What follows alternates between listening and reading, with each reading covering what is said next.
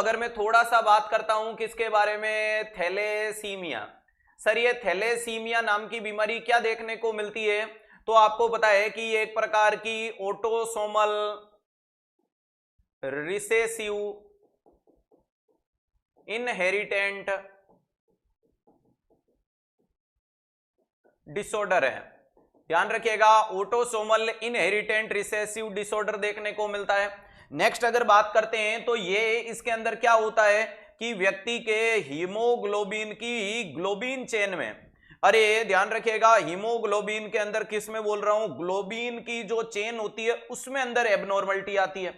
Globin की chain में क्या देखने को मिलती है, एबनॉर्मलिटीज देखने को मिलती है। अब ग्लोबिन की चेन होती है प्यारे दोस्तों दो, अल्फा और बीटा ग्लोबिन। अरे ध्यान रखिएगा इसमें अल्फा और बीटा होती है, तो अगर अल्फा में गड़बड़ाई तो अल्फा थैलेसीमिया, बीटा में गड़बड़ाई तो बीटा थैलेसीमिया कहलाता है। अब आपको पता है कि अल्फा के अंदर देखने को मिलते हैं 141 एमाइनो एसिड, हाँ, और बीटा में देखने को मिलते हैं 146 एमाइनो एसिड। याद है या नहीं है, दो अल्फा दो बीटा चेन होती है। तो अगर किसी में बीटा चेन एबनॉर्मल है, जैसा कि सवाल में बोला, अब मैं आपसे पूछूं दोनों में डेंजरियस कौन सा, तो इसमें 141 146, तो इसके कंपैरिजन में ये ज्यादा घातक देखने को मिलती है बेटा, रॉयल्स डिजीज हीमोफीलिया को बोलते हैं, इसको नहीं है। ध्यान रखिएगा, अगर मैं आपसे बोलूं मोस्ट कॉमन कौन सा तो ये, और अगर मैं आपसे पूछूं कि मोस्ट डेंजरियस कौन सा तो ये। ध्यान रखिएगा मोस्ट कॉमन भी यही है और मोस्ट डेंजरियस भी कौन सा है, बीटा थैलेसीमिया।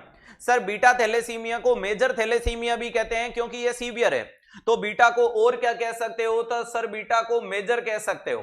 बीटा का ही और क्या नाम है, तो इसी को बोला जाता है कुलीज, अरे क्या बोल सकते हो, कुलीज एनीमिया के नाम से जाना जाता है। अब प्यारे दोस्तों अगर मैं आपको पूछूं कि एक नॉर्मल आरबीसी जो 7.2 माइक्रोन की जिसका कलर लाल होता है, वो लाल कलर कौन देता है, तो आप बोलोगे सर लाल कलर हीमोग्लोबिन देता है। लाल कलर कौन देता है, हीमोग्लोबिन। अगर मैं आपको बोलूं कि फिर इसमें ग्लोबिन चेन गड़बड़ाई तो इसमें हीमोग्लोबिन तो कम हो गया, हाँ हीमोग्लोबिन कम हुआ। अगर गुब्बारे में हवा कम होती है तो गुब्बारा फूल के फिसक के छोटा होता है या नहीं होता है, होता है। तो अगर सर इसमें हीमोग्लोबिन कम होगा तो कलर कम हो जाएगा, बोले तो हाइपोक्रोमिक। और जब हीमोग्लोबिन कम होगा तो आरबीसी की साइज भी छोटी हो जाती है। तो थैलेसीमिया में आरबीसी कैसी देखने को मिलती है, तो याद रखिएगा माइक्रोसाइटिक। कैसी देखने को मिलती है, माइक्रोसाइटिक हाइपोक्रोमिक। अरे ध्यान रखिएगा कैसी देखने को मिलती है, तो माइक्रोसाइटिक हाइपोक्रोमिक देखने को मिलती है। सर ये कहां देखेंगे, जब आरबीसी को माइक्रोस्कोप में डालेंगे। बाकी थैलेसीमिया के लिए जांच कौन सी करें, एचबी इलेक्ट्रोफेरेसिस कर दो, बहुत बढ़िया, नेस्ट्रॉफ टेस्ट किया जाता है, सही बात है।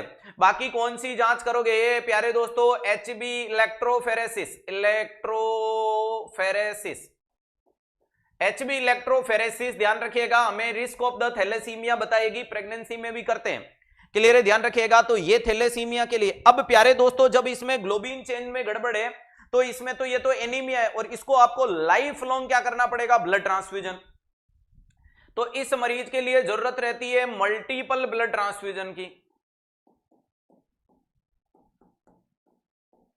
और मल्टीपल जब किसी भी मरीज को बार बार आप खून चढ़ाते हो तो उनमें एक कॉम्प्लिकेशन डेवलप हो जाता है जिसका नाम है आयरन ओवरलोड।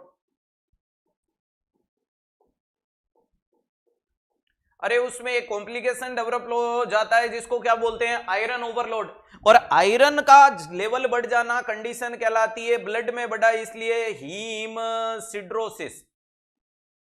सिड्रोसिस का मतलब होता है आयरन, और हीमसिड्रोसिस या हीमोसिड्रोसिस का मतलब आयरन ओवरलोड। सर इस बढ़े गए आयरन को ठीक करने के लिए हम क्या करना है, तो इसके लिए एक इलाज का तरीका काम में लेते हैं जिसको बोलते हैं चिलेसिन थेरेपी।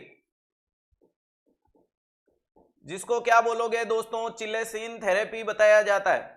और चिलेसिन थेरेपी में कौन सी दवाई दी जाती है, तो दवाई का नाम है डेफ्रोक्सामाइन। कौन सी दवाई देते हैं, डेफ्रोक्सामाइन नाम की दवाई दी जाती है। अरे कौन सी दवाई दी जाती है इसके लिए, तो जवाब जाएगा डेफ्रोक्सामाइन।